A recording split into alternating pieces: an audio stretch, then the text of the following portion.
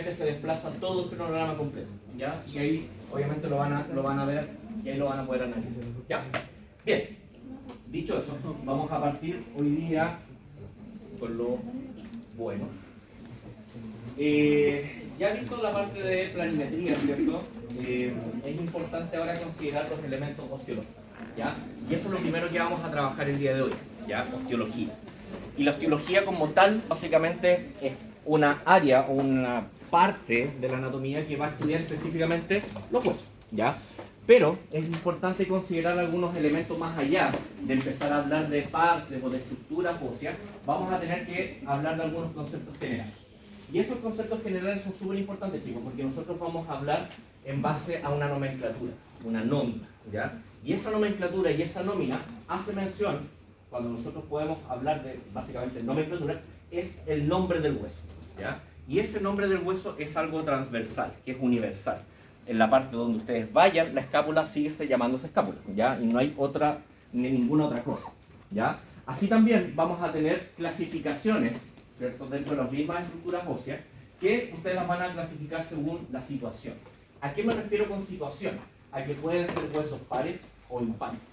Cuando nosotros entendamos de que los huesos, ¿cierto? Y aquí ya entendemos también de que el esqueleto completo, ¿cierto? Vamos a tener un plano sagital, ¿cierto? Un plano medio, mediano, que te va a dividir el animal en dos, ¿cierto? Una parte derecha y una izquierda.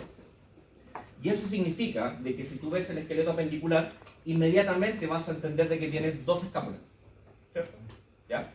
Pero también vas a entender de que en el mismo esqueleto axial, pensando en el cráneo, las vértebras cervicales, es una sola. Es un solo atlas, es un solo axis, es uno solo. Entonces vamos a clasificar de acuerdo a su situación los huesos en pares o impares. Y así también, de acuerdo a su dirección, ¿cierto? Vamos a clasificar estos mismos huesos como proximales o distales, craneales o caudales. Y eso va a depender única y exclusivamente del plano de dirección por el cual estamos revisando el hueso, ¿ya? O el esqueleto en esqueleto. Obviamente entendamos de que en este caso supongamos el radio y la ulna, son huesos más proximales o que están en una dirección proximal en relación a las falanges, por ejemplo, ¿ya? Entonces ahí sí tenemos una diferencia de proximal y distal. Y craneal y caudal, entendamos también de que volvamos a la misma escápula o a la costilla número 1, es más craneal en comparación al coxal, por ejemplo, que es el hueso que está más hacia caudal, hacia la pelvis, ¿ya? Ahora, también lo podemos clasificar de acuerdo a su dirección, y aquí hay dos direcciones en particular, una dirección absoluta y una dirección relativa. ¿Qué quiere decir eso? Que tú la dirección absoluta es como tú ves el hueso básicamente fuera del esqueleto. Tú tomas un hueso cualquiera y lo pones en el mesón y dices, ah, este hueso puede ser un hueso recto, como el fémur, por ejemplo, ¿ya? Puede ser un hueso curvo, como la costilla, por ejemplo, que tiene una curvatura, ¿cierto? Y huesos sigmoideos. Cuando hablamos de un hueso sigmoideo es que tiene una forma de S o una forma de espiral, ¿ya? Y ahí entra a funcionar, por ejemplo, el húmero, ¿ya? Que tiene esa forma de espiral, ¿cierto? En cierta zona, específicamente en la parte central, que es la parte de la diáfisis. Pero la dirección relativa, vamos a tener huesos, ¿cierto? Que van a estar ubicados dentro del esqueleto. Y ahí sí tú tienes que ver el esqueleto completo. La sección 1, ¿cierto? El día lunes, no, perdón, ¿qué digo? Lunes, pudieron hacer ese ejercicio, que esto lo van a hacer todos en realidad, de ver y observar el esqueleto. Y ahí tú te vas a dar cuenta cómo va orientado un hueso, si va de una forma horizontal, va de una forma vertical o va de una forma obliqua, ¿ya? Y eso también cambia de acuerdo a cada uno de los huesos. Así también los vamos a clasificar de acuerdo a su número, si son únicos, duplos o pares, se entiende, ¿cierto? Repetidos o múltiples. Y aquí, ojo, cuando yo hablo de que sean huesos que son repetidos o múltiples, ¿ya? No quiere decir que sean iguales entre sí, ¿ya? Un hueso que sea repetido entre sí, ¿cierto? Quiere decir, por ejemplo, si pensamos en las vértebras, ¿ya? Las vértebras cervicales, las torácicas, si tú te das cuenta van a ser todas parecidas, ¿cierto? Una vértebra cervical, la 2, la 3, la 4, la 5, la 6 o la 7, de una otra forma se parecen, ¿ya? Pero no son iguales. Siempre va a haber una diferencia. Alguna estructura es diferente, pero sigue siendo una vértebra cervical. Entonces tú dices vértebra cervical 1, 2, 3, 4, 5, 6, 7. Son múltiples, pero aún así siguen siendo distintos. Y lo otro que lo hace distinto es su ubicación. El atlas, que es la vértebra cervical número 1, ¿cierto?, es diametralmente opuesta a la 4, estamos de acuerdo. Pero si comparamos, por ejemplo, la torácica 1 versus la torácica 4, tú las miras en el mesón y no vas a poder diferenciar cuál es la 1 y cuál es la 4. ¿Ya? Pero si tú las colocas en el esqueleto, sí, porque la 1 está en el lugar 1 y la 4 está en el lugar 4. O sea, hay un tema de ubicación. ¿Sí? Entonces, eso no quiere decir, ¿cierto?, que sean iguales. Por eso hablamos de repetidos con múltiples. ¿Se entiende esa diferencia? ¿Sí? Ya. Y, de acuerdo a su interés comparativo, vamos a tener huesos que son básicos. ¿Ya? Y los huesos básicos, básicos, la redundancia, son todos los huesos. Escápula, húmero, radio, ulna, carpo, metacarpo, ¿cierto? Son todos los huesos. ¿Ya? Pero los huesos accesorios, básicamente, son huesos que van a ayudar, de una otra manera, a el estudio, ¿cierto?, de otras estructuras, como por ejemplo los ligamentos, los tendones. Y dentro de esos huesos vamos a tener los huesos sesamoideos, ¿ya? Y los huesos sesamoideos específicamente ustedes van a tener tres tipos. El primero, sesamoideo proximal, que está en el miembro torácico y pélvico. Van a tener también el sesamoideo distal, que lo vamos a ver también. Y hay un tercero, ¿cierto? Hay un tercer hueso sesamoideo, que es la patela, ¿ya? Que técnicamente, ¿cierto?, la rodilla, ese hueso se clasifica como hueso sesamoideo por su forma de sésamo. El sésamo, la semilla, ¿cierto? ¿Ya? Por eso, de ahí radica el nombre. Y también vamos a poder clasificarlo de acuerdo a su desarrollo. Huesos desarrollados, semidesarrollados, o son básicamente huesos atróficos, que no tienen un desarrollo completo. ¿Ya? Ahora, también vamos a poder clasificar, ¿cierto?, de acuerdo a su conformación externa. Y esta parte es un tanto tediosa, pero es base para poder entender lo que viene. Vamos a clasificar de estas cuatro grandes grupos, ¿cierto?, huesos largos, cortos, ¿cierto?, planos y neumáticos. Un hueso largo, ¿cierto?, va a tener una predilección, ¿cierto?, específicamente de la longitud, ¿cierto?, la longitud del hueso en relación a su anchura, ¿cierto?, o su espesor. ¿Sí? Entonces, en este caso, tú normalmente todos los huesos largos están prácticamente todos en el esqueleto apendicular. ¿Ya? Estamos hablando del fémur, el radio, la ulna, la tibia, ¿cierto?, la fíbula, son huesos largos. ¿Ya? Después vamos a tener huesos cortos, como los que ustedes pueden observar acá, que son los huesos más pequeñitos, donde no hay una proyección asociada a la longitud, sino que no hay una parte que sea más predilecta, que sea más largo o más corto, sino que simplemente son más cortos, digámoslo de una forma, ¿cierto?, más chiquita. Y ahí vamos a tener los huesos del tarso, los huesos del carpo, ¿ya?, y otros más que los vamos a ir a analizar. Pero también tenemos huesos planos, donde obviamente no tenemos un concepto de longitud asociado, pero sí estamos hablando de que son huesos que son más bien robustos, pero que tienen dos caras bastante marcadas. Como el carpo, por ejemplo. La costilla también sigue siendo un hueso plano, pero que a su vez también se considera como hueso largo. ¿Ya? Y de ahí por otro lado vamos a tener los huesos neumáticos, que básicamente es un hueso, una estructura ósea completa, pero que en su interior es cavitario. Tiene cavidades, ¿cierto? Y uno de ellos, como ustedes pueden ver ahí, es el hueso frontal a nivel del cráneo, y también van a tener el hueso maxilar, ¿ya?, o la maxila, que también son huesos neumáticos. Y también vamos a considerar todos los huesos de las aves. ¿Sí? Los huesos largos de las aves son todos neumáticos, por eso obviamente son huesos que son mucho más livianos y que favorecen en este caso el vuelo. ¿Sí? ¿Te imaginas un ave con un fémur de estas características? O sea, ni con todo el turbo posible podría volar, ya, por el hueso. Entonces, vamos a tener también otros elementos dentro de la clasificación, que estamos hablando de accidentes óseos, ¿ya? Y dentro de los accidentes óseos vamos a tener eminencias y cavidades, que fue un poco lo que yo les mencionaba en la primera clase, cuando hablamos de planimetría. Y acá vamos a tener de dos tipos, ¿ya?, que van a ser específicamente articulares y eventualmente no articulares.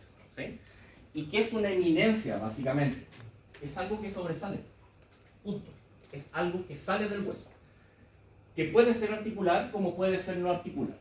¿Ya? Dentro de las articulares, ¿cierto?, dentro de las eminencias articulares, vamos a tener la cabeza. Y uno de los ejemplos más claros es la cabeza del fémur, ¿cierto? La cabeza del húmero, una estructura redondeada, bastante lisa en su superficie. Vamos a tener el cóndilo, que es una estructura también más pequeña, que nos vamos a ir viendo y ustedes se van a ir dando cuenta de la diferencia entre una y otra. vamos a tener la tróclea y odontoides. ¿Dónde encuentro esto? Fémur, húmero, ¿cierto? Puedo encontrar ambas, las tres en realidad. Puedo encontrar la cabeza, cóndilo y tróclea, lo encuentro en el fémur y en el húmero. En las tres partes. El odontoide, estamos hablando que es un proceso, es una proyección, ¿cierto?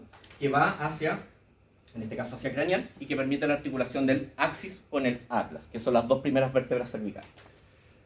Dentro de las eminencias no articulares, y acá importante chicos, cuando hablamos de una eminencia articular, quiere decir de que esta cabeza, este cóndilo, esta tróclea y este odontoide articula con algo. Y puede articular de cualquier manera. Eso lo vamos a ver, los tipos de articulación lo vamos a ver en la clase subsiguiente cuando entremos a artrología, ¿ya? Que son en este caso las articulaciones. Pero sí es importante que ustedes tienen que entender de que esa estructura articula con otra y genera un movimiento, ¿ya? Y no necesariamente un movimiento, porque normalmente las articulaciones también pueden ser inmóviles. Contacto con contacto ya pasa a ser una articulación, ¿ya? No necesariamente tiene que haber un movimiento asociado. Y dentro de las no articulares vamos a tener tuberosidad, tubérculo, espina, línea, cresta y troncal, ¿ya? Todas ellas las vamos a ir mencionando de acuerdo al avance de la clase. Importante que todas estas eminencias que son de tipo no articular, si bien es cierto no articula con nada, no hay nada que articule, sí vamos a tener un elemento que es importante, que es el para qué existe esto. Si tú ves un hueso, una parte del hueso, vamos a asumir de que esta es la cabeza del fémur y que va a articular con una superficie, ¿cierto? Y que va a generar un movimiento, ¿verdad? Pero también vamos a tener esta estructura que está acá, que es una eminencia de tipo no articular. Ahí no hay nada que esté articulado. Pero ¿qué es lo que vamos a tener en esta estructura, que es no articular? Podemos tener perfectamente, perdonando lo burdo del dibujo, pero podemos tener un músculo. Y ese músculo se va a insertar en esa eminencia de tipo no articular. Entonces, todas las eminencias, o la gran mayoría de las eminencias no articulares son de inserción. ¿De qué? De tendones, de músculos, de ligamentos. Tendón, músculo, ligamento, ¿cierto? Porque entendamos también de que si tú tienes un hueso, ese otro hueso, ¿cierto? Tienen que estar unidos por algo, ¿cierto? Y eso que lo une es un ligamento, cualquier, que no es lo mismo que un tendón, que eso lo vamos a ver más adelante. Pero esas dos estructuras de ligamento van a estar originadas e insertadas en alguna eminencia de tipo no articular, ¿está? Y así también vamos a tener cavidades. Así como teníamos algo que sobresale, tenemos algo que recepciona, ¿ya? Y en ese sentido vamos a tener las cavidades de tipo articular, donde vamos a tener las dos más importantes o las dos más grandes, ¿cierto? Que es la cavidad glenoidea, que está en la articulación del hombro, ¿cierto? En este caso la articulación humeral, donde va la escápula y el húmero. La cavidad acetabular, que es esta misma que estamos esquematizando acá, asociado al coxal, a la pelvis y al fémur, ¿sí? Y las distintas facetas que son básicamente cavidades más pequeñas, ¿ya? En comparación a una gran cavidad común. Y vamos a tener las cavidades de tipo no articular, que tienen todas esas. De inserción, ¿cierto? Siempre vamos a tener algún espacio, alguna cavidad pequeña. Las cavidades pueden variar en profundidad, ¿ya? Puedes tener una cavidad de esta profundidad, menos, prácticamente hasta una línea, ¿ya? Va a ir cambiando y de acuerdo a esa profundidad va cambiando entre una fosa, una foseta y un surco, de más a menos, ¿sí? De recepción, que básicamente, su nombre lo dice, hay algún órgano que está siendo recepcionado ahí, ¿ya? La cavidad orbital, ¿a quién va a recibir? Algo, ¿cierto? La cavidad craneal, ¿a quién recibe? Al cerebro, al encéfalo, ¿ya? Los surcos y los conductos, ¿ya? De ampliación, básicamente son todos los senos de la cabeza, y ahí vamos a tener que se van a relacionar mucho, chicos, con la parte respiratoria, ¿ya? El seno nasal, seno frontal, maxilar y distintos senos paranasales, que los vamos a ver más adelante. No, eso se ve en el segundo semestre, ¿ya? O sea, en el próximo semestre. Y los distintos forámenes, que son de transmisión y forámenes nutricios. Y ahí importante con respecto a los forámenes, porque cuando hablo de un foramen de transmisión, ¿cierto? Hay que entender algo, que cuando tú tienes, por ejemplo, todas las estructuras óseas, todas, ¿cierto?, van a ir relacionadas con un músculo, ¿ya? Y ese músculo también tiene relación con un vaso sanguíneo y con un nervio, eventualmente, que genera su movimiento. Entonces, vamos a tener una estructura principal y un nervio que va a llegar a ese músculo en particular, ¿sí? Pero este recorrido de este nervio tiene que pasar por distintas partes. Parte desde el cerebro, eventualmente va a pasar por la médula, por salida desde la médula espinal, y tiene que atravesar distintas partes para poder llegar a su órgano diana, ¿cierto?, que es un músculo X. Entonces, todo ese paso van a ser distintos forámenes por donde van a ir pasando esa estructura. Por eso se llaman forámenes de transmisión, porque permite el paso de vasos sanguíneos, de arterias en general, venas, vasos linfáticos, pequeñas cavidades, pequeñas estructuras, e incluidos los nervios. Pero vamos a tener también los forámenes nutricios, que es distinto. Porque el foramen nutricio, chicos, ustedes piensen, y aquí les pregunto, ¿un hueso tiene irrigación? Un hueso particular. ¿Se irriga o existe no? Tiene irrigación. ¿Ya? Un hueso en sí tiene una irrigación. Entonces, esa irrigación está entregada, ¿cierto? Cada huesito tiene un pequeño foramen, chiquitito, ya, por donde se mete, se introduce, en este caso, una arteria y una vena y eventualmente un nervio, ¿ya?, que van a permitir la nutrición y para posteriormente el crecimiento de ese hueso, ¿ya? Bueno, aquí no es obra y gracia del Espíritu Santo que los huesos crezcan, ¿ya? Aquí obviamente hay traspaso de nutrientes, ¿cierto? Y eso se hace en base a los ciertos foramenes nutricios. Entonces, cuando nosotros vemos un hueso cualquiera, ¿cierto?, vamos a encontrar dos estructuras importantes, ¿ya? O dos tipos de hueso, ¿ya? Vamos a tener una sustancia, en este caso un hueso, en este caso compacto, que es el hueso que normalmente está en los márgenes, ¿cierto?, de cada hueso. Y tú te vas a dar cuenta aquí la diferencia entre un hueso compacto y un hueso esponjoso, que tiene forma básicamente de esponja. Por eso se llama hueso esponjoso, ¿ya? Y este hueso esponjoso normalmente tú lo vas a encontrar en los extremos, ¿cierto?, de cada hueso, ¿sí? Entonces eso es súper importante, chicos, porque aquí, en esta parte, que ahí vamos a hablar de las epífisis y las diáfisis, ¿ya? En las epífisis, tanto proximal como distal, se genera el crecimiento óseo, ¿sí? Entonces, ¿qué es lo que pasa aquí? Esta estructura es esponjosa porque obviamente está alimentada, ¿cierto?, con bastante irrigación, y obviamente, como lo que ustedes están viendo acá, van a tener una estructura externa, ¿cierto?, protegida por un periósteo, que básicamente es la estructura externa del hueso, y que vas a tener también hueso compacto, y dentro de él vas a tener hueso esponjoso.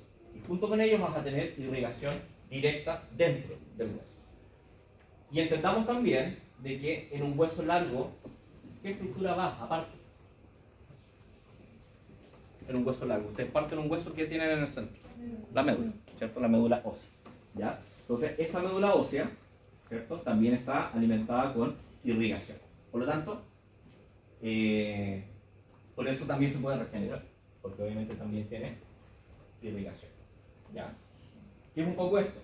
¿Te fijas? Hueso compacto, bastante claro, y un hueso esponjoso en el centro.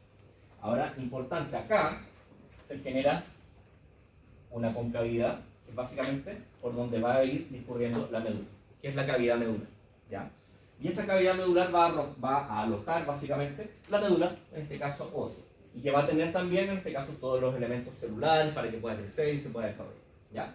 Ahora, cuando nosotros vemos un hueso largo, y esto es importante, vamos a tener tres partes que son fundamentales: las epífisis, las diáfisis y la metáfisis. Tres, ¿ya? La epífisis proximal, ¿cierto?, se entiende que es la epífisis que está más cercana al eje medio, por lo tanto es la parte más alta del hueso. Vamos a tener una epífisis distal, que básicamente es la parte más lejana, ¿cierto? Vamos a tener una diáfisis, que es la parte central del hueso. Pero ¿dónde está la metáfisis? La metáfisis básicamente está entre la epífisis proximal y el inicio de la diáfisis, por proximal. Pero también tenemos una metáfisis distal, que va a estar asociado al término de la diáfisis y el inicio de la epífisis distal, ¿ya? ¿Y qué tiene que ver eso? Mucho, porque si tú te fijas acá, se genera una línea. ¿Ya? Esa línea, que es la famosa línea epifisiaria. ¿Ya? La línea epifisiaria, chicos, es donde vamos a tener el espacio de crecimiento. ¿Ya? La posibilidad de crecimiento del hueso se genera normalmente en esa zona, ¿ya? Que es la línea epifisiaria. Entonces, ¿por qué esto es importante? Por lo que viene ahora, ¿ya? Que son la descripción y las características de cada uno de los huesos, ¿ya? Entonces vamos a tener un foramen nutricio, te fijas, hay una arteria nutricia que está ingresando por ese foramen nutricio, y vamos a tener una lámina externa que dijimos que era el periósteo. ¿Alguno de ustedes ha tenido alguna vez periostitis? ¿Les suena el concepto de periostitis? ¿Qué creen que puede ser eso, periostitis? ¿Inflamación de qué? Del periósteo. Inflamación del periósteo. Da normalmente en los atletas, los corredores, ¿cierto? Cuando les tocan, ¿cierto? Les aprietan ciertos huesos y genera bastante dolor. No es un tema muscular, sino que es un tema más bien óseo, ¿ya? Eso. Entonces, dicho toda esta contextualización, ¿cierto? De conceptos generales, vamos ahora a lo que implica, ¿cierto? El estudio de las estructuras óseas. Y aquí vamos a hablar del miembro torácico inicialmente, ¿ya? Donde vamos a poder observar distintos segmentos, ¿ya? Vamos a partir con, en este caso, las estructuras base del rumiante, y después vamos a hacer las comparaciones con las otras especies inmediatamente, ¿ya? Entonces vamos a tener primero, ¿cierto? Un segmento escapular, donde vamos a tener específicamente las estructuras del hombro, ya donde el hueso mayoritariamente principal de esa zona es la escápula, ¿sí? Después vamos a tener un segmento del brazo, ya, donde está compuesto por el húmero. Después un segmento de antebrazo, radioulna, y el segmento de la mano, que implica los carpos, metacarpo, falange proximal, media y distal. A esto le vamos a adicionar los sesamoides proximales y los sesamoides distales. ¿Ah? Esos son los componentes del miembro torácico. Y aquí les pregunto, ¿son huesos pares o impares? ¿Están todos de acuerdo? Dice este lado de la galería. ¿Están todos de acuerdo? ¿Son huesos pares? O sea, ustedes me dicen que hay dos escápulas. ¿Sí? Sí. Ya, bien. Ahora, esto es lo que nosotros, si tú te fijas, si yo veo la escápula en esta forma, ¿qué dirección tiene? Más allá de eso, ¿es horizontal, vertical, es oblicuo? Oblicuo. Oblicuo. Vertical, vertical, vertical, y aquí ya se comienza a colocar más oblicuo. Entonces, eso es la clasificación ósea que habíamos visto al inicio. De ahí le podemos dar mucho más detalle, ¿cierto? Cráneo ventral, ¿cierto? Caudo ventral y así sucesivamente. Entonces, vamos a ir uno por uno, ¿cierto? Analizando el miembro torácico. Y acá, chicos, lo primero, entender de que la escápula es un hueso plano, que ya lo dijimos, que va a tener dos caras, ¿ya? La cara que ustedes están viendo ahí es la cara lateral de la escápula, ¿ya? Una vista lateral de la escápula, donde, ¿qué es lo que es importante? Vamos a tener un margen dorsal, y aquí obviamente ya entendemos los conceptos planimétricos, por eso es importante que hayan estudiado eso antes. Vamos a tener un margen dorsal, ¿cierto? Porque entendamos que estamos acá, ¿cierto? Tenemos un margen dorsal, tenemos un margen craneal, un margen caudal, un cuello y una cavidad articular, que en este caso es la cavidad glenoidea. Ahora, ¿por qué sé yo de que esto es el margen craneal y el margen caudal? ¿Porque está así? No. ¿Por qué? Porque vamos a tener dos fosas importantes de gran tamaño, ¿ya? Que en este caso van a ir alojados dos músculos importantes, ya que los vamos a ver en biología. Pero, en este caso, esta cavidad, o esta fosa en realidad, que es la fosa supraespinosa, es mucho más pequeña en comparación a la fosa infraespinosa. Tienen una relación de tamaño de 1:3. O sea, quiere decir de que 1 y este espacio entran 3 fosas supraespinosales, ¿ya? Es 3 veces más grande. Y eso implica que la fosa supraespinosa está apuntando hacia craneal, ¿ya? Y la infraespinosa hacia caudal. Por lo tanto, en base a eso, yo ya sé que este es el margen craneal y este es el margen caudal, y acá tengo el margen dorsal. Junto con ello, ustedes se van a dar cuenta de que hay una espina bastante desarrollada, completa. que va desde el margen dorsal hasta el cuello, ¿ya? En prácticamente todas las especies. Y esa espina siempre es un indicador de posición, ¿ya? Es un indicador de lateralidad, y que va a tener dos accidentes óseos importantes. El primero, la tuberosidad de la espina de la escápula. Cuando tú ves la escápula de frente, así como la estás viendo de lado en realidad, es un tanto difícil darse cuenta la prominencia de la tuberosidad de la espina, ¿ya? Pero existe, está ahí. La tuberosidad de la espina de la escápula, y vamos a tener justo en la porción distal de esta espina, vamos a tener el acromio. ¿Ya? El acromio no está presente en todas las especies, y eso lo vamos a ir viendo precisamente en las diferencias. ¿Ya? Eso es lo que tú puedes observar en esta vista, que es una vista lateral de la escápula, ¿sí? Ahora, si damos vuelta a la escápula, la estamos viendo desde su vista medial, ¿cierto? Su cara medial, vamos a tener exactamente lo mismo. Fíjate, un borde dorsal. Ahora, ¿cómo yo sé que esto es el borde craneal y esto es el borde caudal? Ya. Dice, profe, que lo dieron vuelta para allá, para la derecha. Sí, ok, pero fíjate en lo siguiente. Vas a tener este margen, que es prácticamente cóncavo, ¿cierto? Pero es cóncavo completo. Completo. Pero en el margen craneal se genera una especie de S, ¿ya? Esa S que se forma te indica posición, ¿ya? Y eso marca apuntando hacia el craneal, siempre, ¿ya? En esta especie, que es el bovino. Ahora, hay una estructura que está básicamente en la parte distal del hueso, que es el proceso coracoides, que es básicamente un pequeño ganchito, una pequeña eminencia ahí que está bien prominente, bastante fácil de encontrar, ¿ya? Y que ustedes lo pueden ver ahí. Y ese proceso coracoides siempre va a estar apuntando hacia craneal, está en el margen craneal, pero está visto desde solamente la cara medial. Y si yo lo vuelvo atrás, no se ve el proceso coracoides. ¿Sí? No está.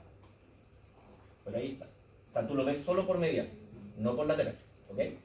Entonces, importante. Pero, este proceso coracoides se relaciona inmediatamente con esa tuberosidad que está ahí, que es la tuberosidad supraglenoidea, que es una tuberosidad que está, en este caso, por craneal, específicamente. Ahí está, se nota, es evidente, ¿ya? Que está ahí. Entonces, esto ya sabemos que es craneal. ¿Ok? Y eventualmente si levantamos, ¿cierto?, la escápula y queremos ver su superficie articular, ¿cierto?, que es una cavidad, ¿cierto?, una cavidad glenoidea, ¿cierto?, es bastante lisa, bastante clara y bastante delimitada. Por lo tanto, aquí, ¿quién articula? La cabeza del húmero. ¿Está? Y eso te va a formar una articulación, que es la articulación gleno-humera. Pero eso, un poquito más. Entonces, ¿qué será esto? ¿Qué cosa? La espina, ¿cierto? La tuberosidad glenoidea. Entonces, esta parte de acá, ¿qué cara vendría siendo si lo proyectamos hacia el fondo de la pantalla? Lateral. Bien. Entonces, nos olvidamos de la escápula y pasamos al húmero. ¿Ya? En el caso del húmero, como es un hueso largo, vamos a tener dos epífisis y una diáfisis. Mira, ¿dónde se marca el límite? Si tú te fijas acá,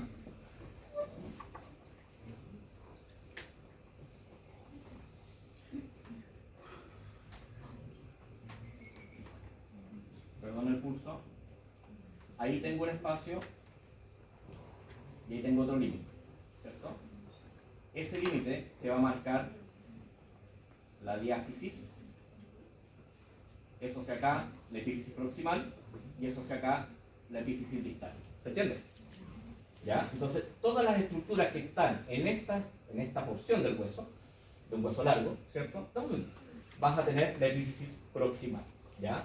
Vas a tener la parte central, que es la diáfisis, y la parte distal, que es la epífisis distal.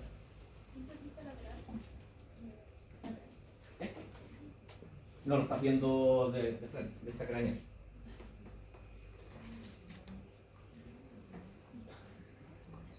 Eso es una buena pregunta, ¿ya? ¿Cómo estamos viendo el hueso?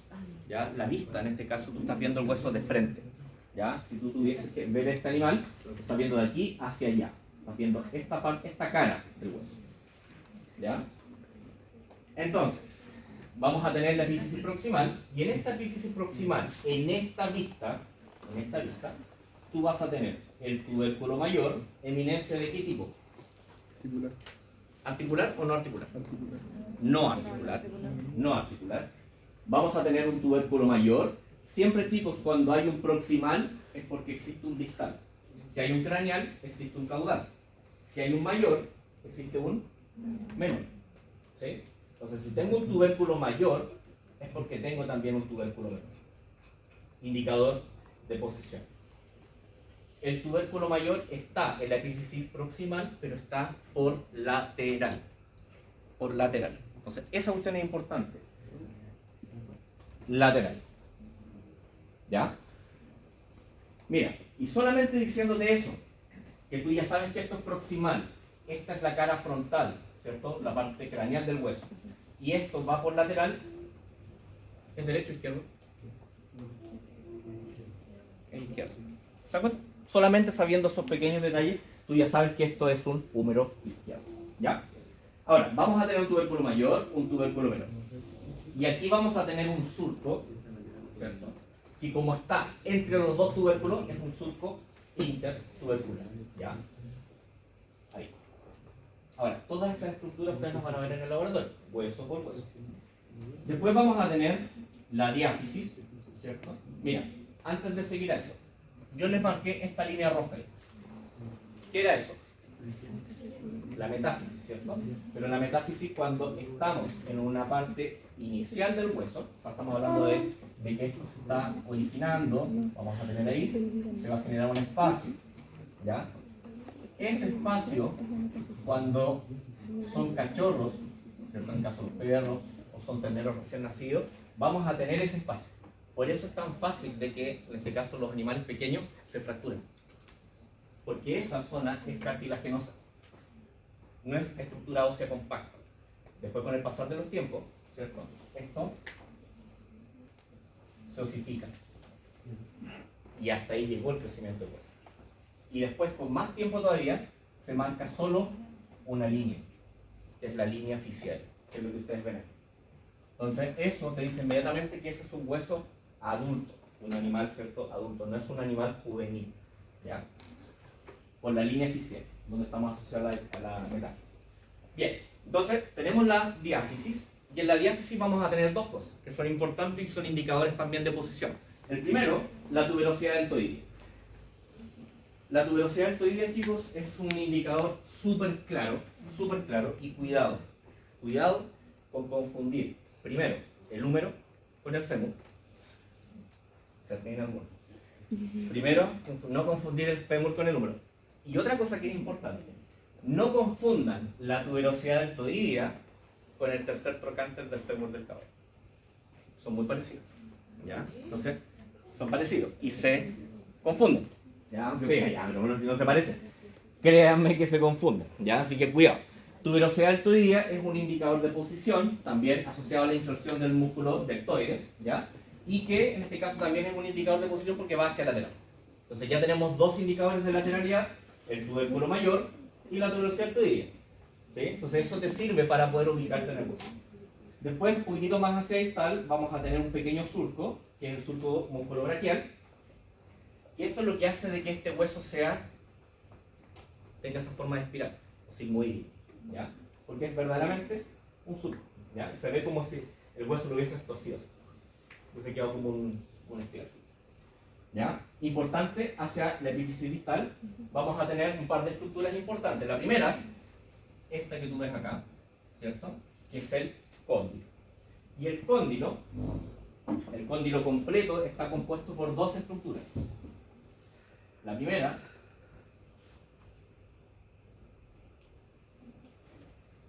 es solamente esto, ¿cierto? Que es la tróclea, y este pequeñito que está aquí al lado, que es el capítulo.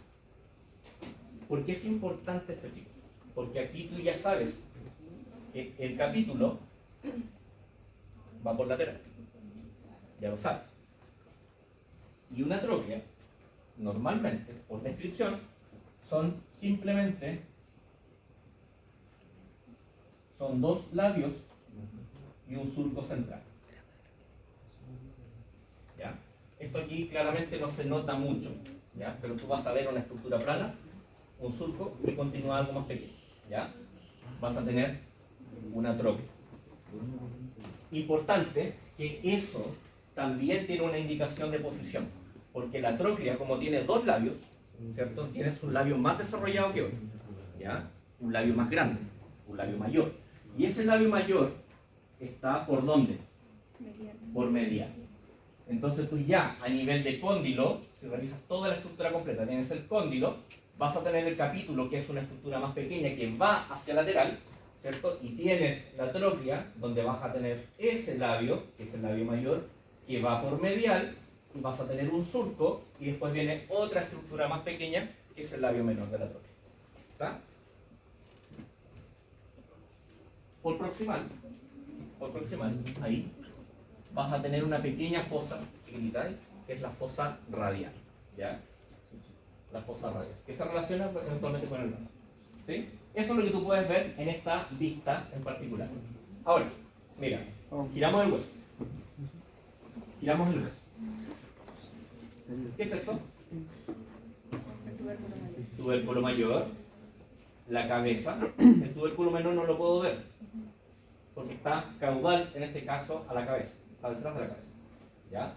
Cabeza, tubérculo mayor. Fíjate lo que pasa acá. La tuberosidad del tobillo no la puedo observar porque el hueso no te lo permite en la posición. ¿Ya? Deberíamos tener ahí la tuberosidad del tobillo. Ahí vamos a tener una siguiente estructura, que es la tuberosidad del músculo redondo, que está, en este caso, por medial. Otro indicador de posición importante. Y en la diáfisis, la verdad, no tenemos mucho más que mencionar. Solamente nos vamos a ir a la epífisis distal, donde aquí sí tenemos tres cositas que son importantes.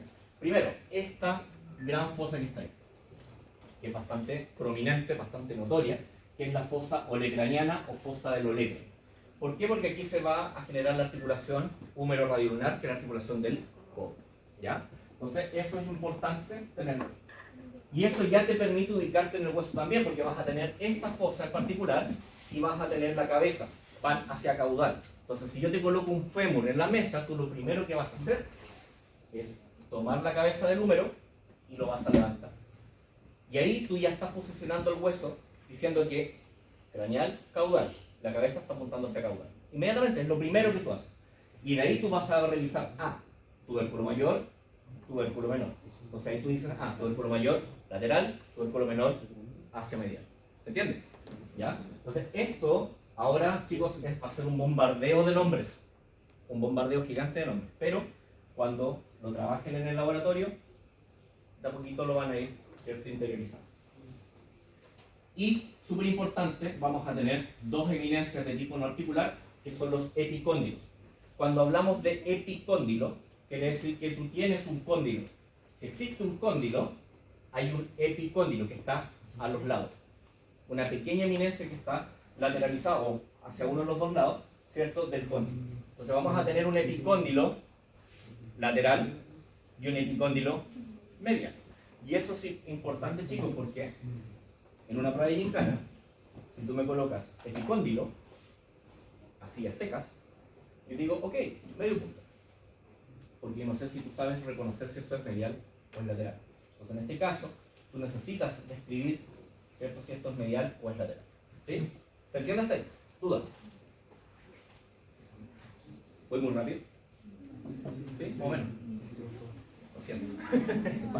Vamos a tratar de bajar un poquito la velocidad, ¿ya? Otra vista. Porque me cayó casi como 3 veces. No quiero accidentes. El mismo número, chicos, pero con una vista lateral y una vista medial. Acá es exactamente lo mismo. Mira, puntos de referencia. Tubérculo mayor, tuberosidad del tobillo, epicóndilo lateral. 3 indicadores de posición que te dicen que el hueso es lateral. Punto. Ahí está. Si tú lo ves desde el otro lado, tubérculo menor es significativamente más pequeño que el mayor, la tuberosidad del redondo y el epicóndilo medial. Y está, ¿ya? Y la cabeza obviamente apuntando ¿hacia dónde? Hacia caudal. Hacia caudal. Entonces esta es la cara. ¿Qué cara es esta?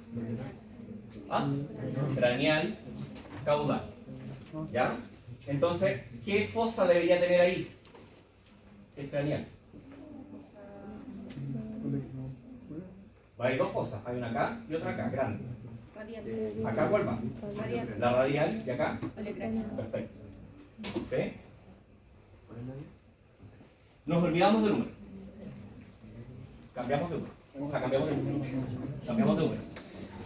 ¿Ya? Ahora vamos a ver el radio y la ulna. Dos huesos, ¿cierto? Que están es un hueso que tiene bastante diferencia entre las especies únicamente por su fusión. Por su fusión. ¿Ya?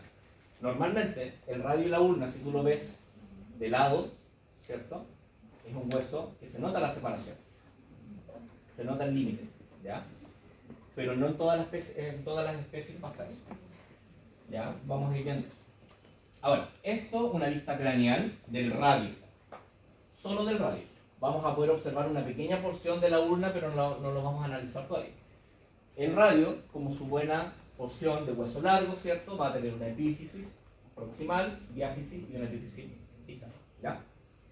Ahora, este es un hueso bastante fácil de poder describir, porque vamos a tener estas tuberosidades radiales, que son pequeñas tuberosidades donde van a haber inserción de músculos, tendones, ligamentos, ¿cierto? Pequeñas estructuras que se van a insertar en esta zona y que están por cranear. Es fácil encontrar, ¿ya? Pero fíjate, aquí vamos a tener superficies articulares. ¿Quién debería articular acá? La fosa. La olecraniana. No, antes, porque la fosa lecraniana se va a insertar acá. Pero ¿quién aquí? Tú, los cóndilos. El cóndilo del húmero llega acá. ¿Sí? Entonces vamos a tener el cuerpo completo de radio y distintos surcos pequeñitos, ¿cierto? Para paso de distintas estructuras. Ahora, existen dos procesos que se llaman procesos estiloides o procesos stiloides. Y esos procesos estiloides vas a tener dos. Y aquí, ojo con lo que les voy a decir. Vas a tener dos procesos estiloides. Uno que es medial, que es propio del radio. Es solo del radio. Y vas a tener, no ves un estiloide lateral acá, ¿cierto? No existe. ¿Por qué? Porque está acá. El proceso estiloides lateral es de la ulna. Y esa cuestión siempre, históricamente se equivoca. El proceso estiloides medial es del radio y el lateral es de la ulna. ¿Ya? Y si eso es así, ¿qué te dice? ¿Hacia dónde apunta la ulna? Miren la foto. ¿Hacia dónde está apuntando la ulna? ¿O hacia qué lado de la foto está inclinado? ¿Hacia lateral o hacia medial?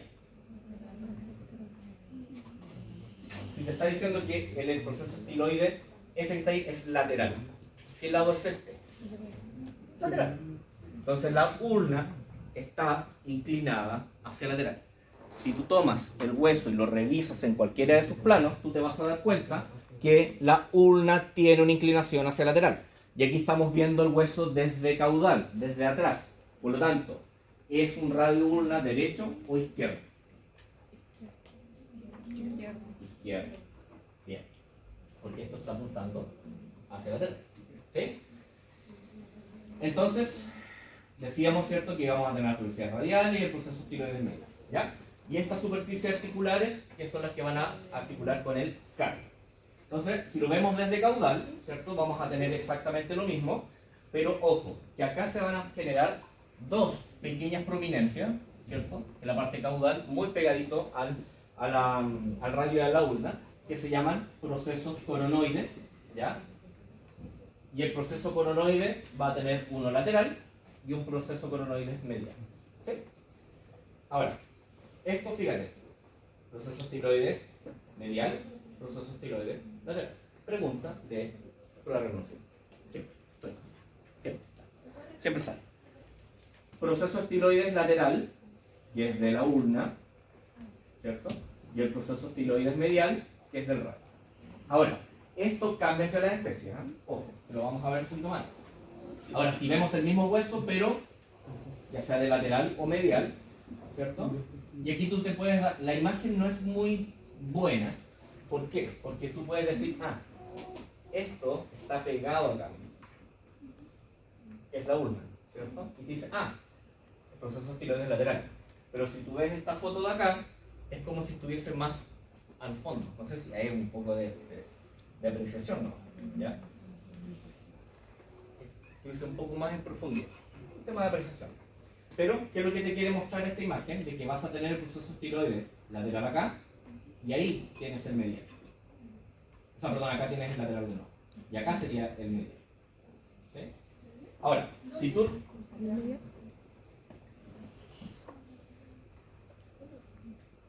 Ahí tienes el proceso estiloide lateral, ¿cierto? Que sería exactamente lo mismo que eso.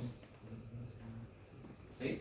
Y acá tendrías el proceso estiloide medial, que es del radio. ¿Ok? Por eso se ve que está como, ciertamente, como un poco en profundidad. Ahora, si nosotros revisamos solamente el olecrano,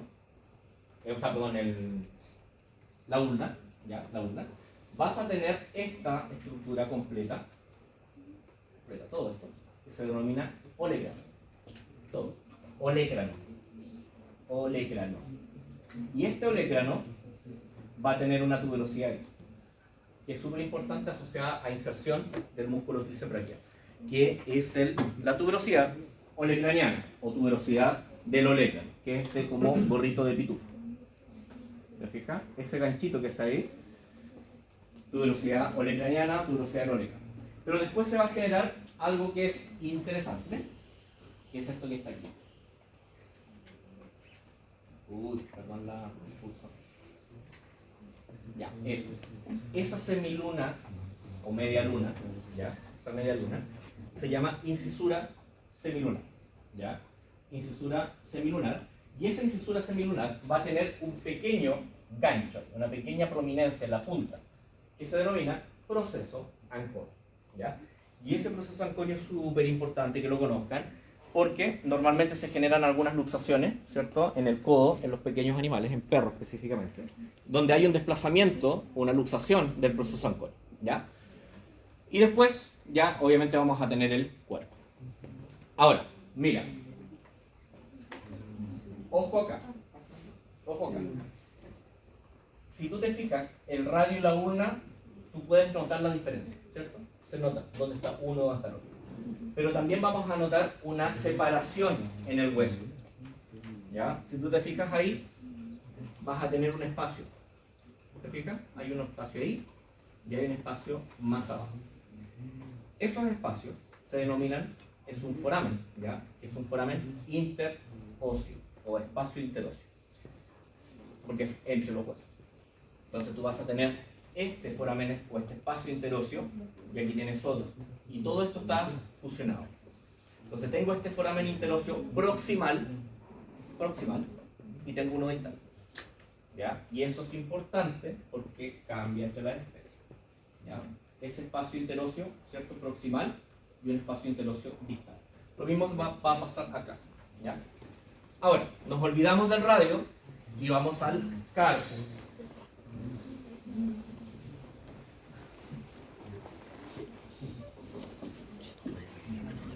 El carpo son huesos pequeños, ¿ya? Son huesos bastante pequeños, que en este caso van a tener distintas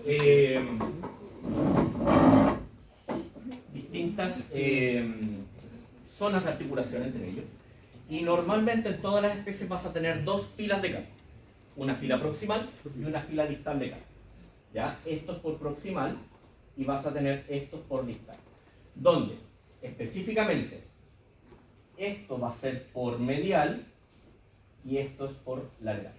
Por lo tanto, bajo ese contexto, inmediatamente tú piensas que el carpo accesorio es tu indicador de posición.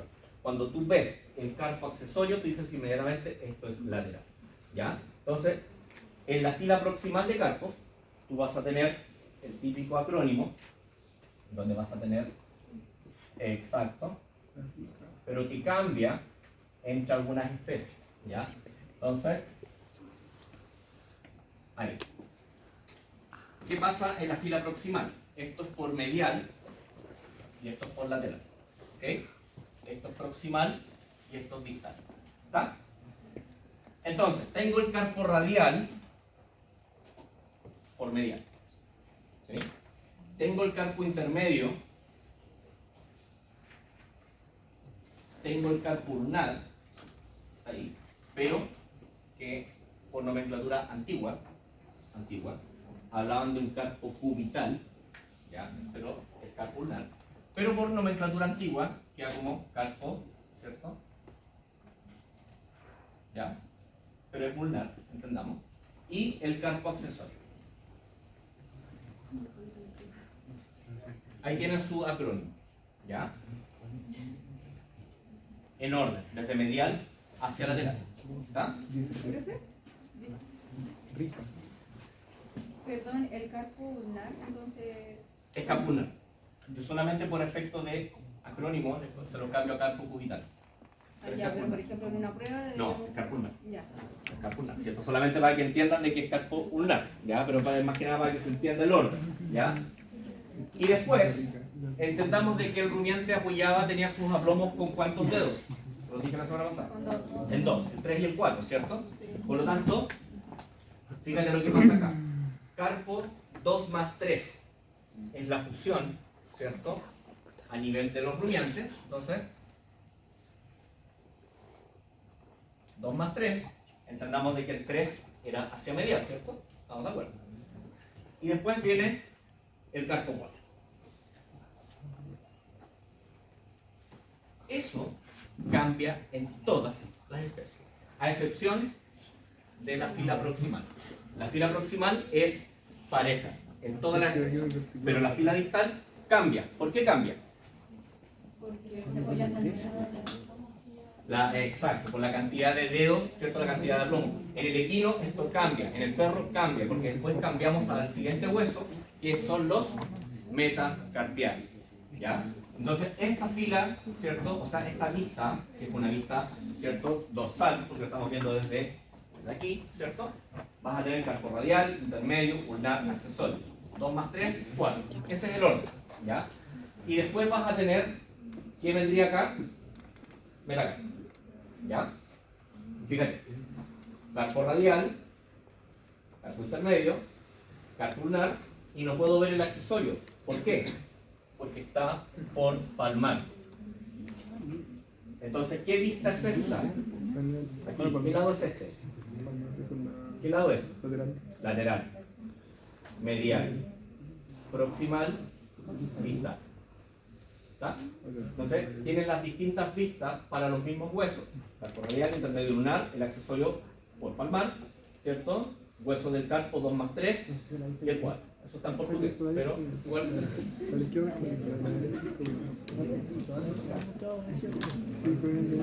Ya. Mira, todo esto pues no está.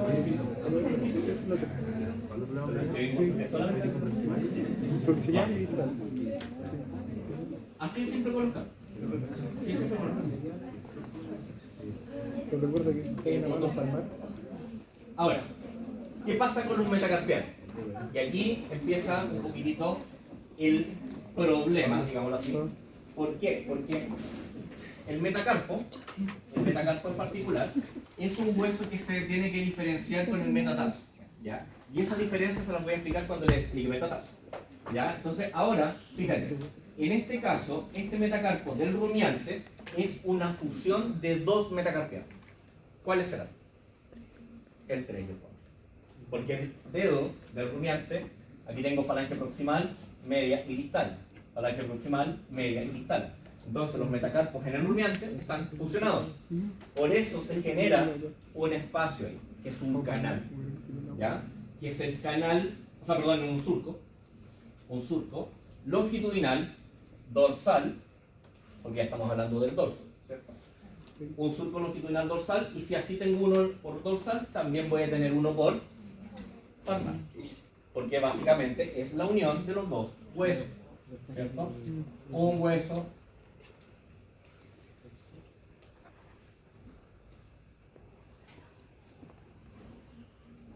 es la unión de los dos huesos. Esa división tú no la puedes observar ahí, no la ves. Tú solamente ves este surco que se va a generar por la unión de ambos. Entonces aquí comienza la falange proximal, la falange intermedia y la falange distal. Por eso hablamos de biungulados, dos dedos, ¿ya? Entonces, pero así en esta misma fusión se va a generar aquí en el centro, un canal, que es el canal metacarpiano proximal y un canal metacarpiano distal, que te permite el paso de estructuras nerviosas, vasculares y todo lo demás, ¿va? Y eso está en los virus ungulados, no está en toda la especie. ¿Vale? Esto ya es por dorsal, está viendo de frente, aquí. Ya estamos en la mano, entonces dorsal y palmar, ¿sí? Ya pasamos los cálculos, ¿sí? Entonces vamos a tener acá las superficies articulares, ¿cierto? ¿De quién? ¿Quién articula aquí? El 2 más 3, 4. ¿Sí? Ahora, yo viendo esto así, en esta vista, solamente en esa vista, a su ojo, lo más probable es que no sepan diferenciar cuál es, si esto es un metacarpiano derecho o izquierdo. ¿Ya? Pero si observaran las superficies articulares, se darían cuenta inmediatamente cuál es cuál. ¿Ya? Eso, tranquilo. Entonces, cuando veamos, ¿cierto?, la parte distal, nos vamos a encontrar con estas dos estructuras, que son dos crestas sagittales, que son dos pequeñas tróqueas, ¿ya?, que están acá, y que van a permitir la articulación del metacarpo con la falange próxima.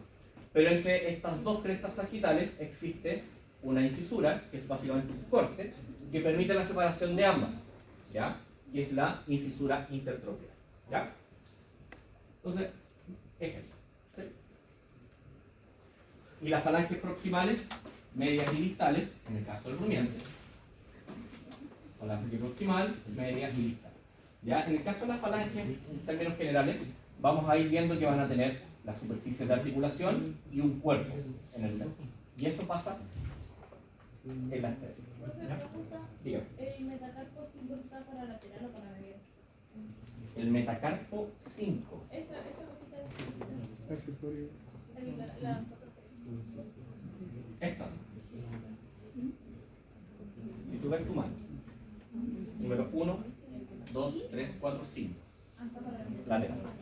Entonces, en este caso, en base a esta foto, como dices tú, ¿cierto?